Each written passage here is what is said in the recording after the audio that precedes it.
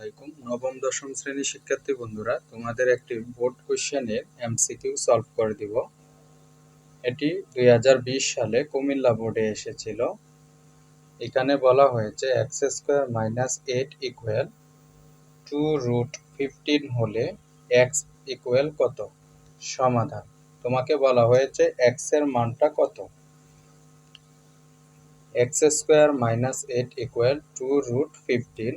আমরা এইখানের -8 কে পক্ষান্তর করে দিলে হয়ে যাবে +8, বা x² ইকুয়াল 5 প্লাস 2√3 প্লাস 8।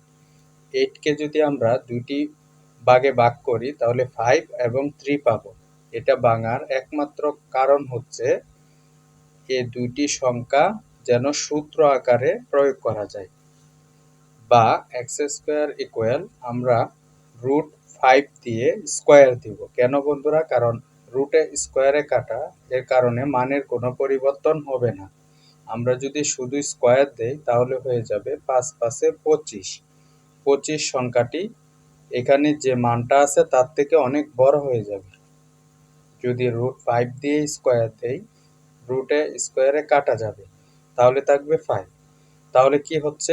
এটাকে যদি আমরা সূত্র প্রয়োগ করি, √5² + 2, সূত্র থেকে 2, ab + b², অর্থাৎ a² + 2ab + b² equal a + b whole square.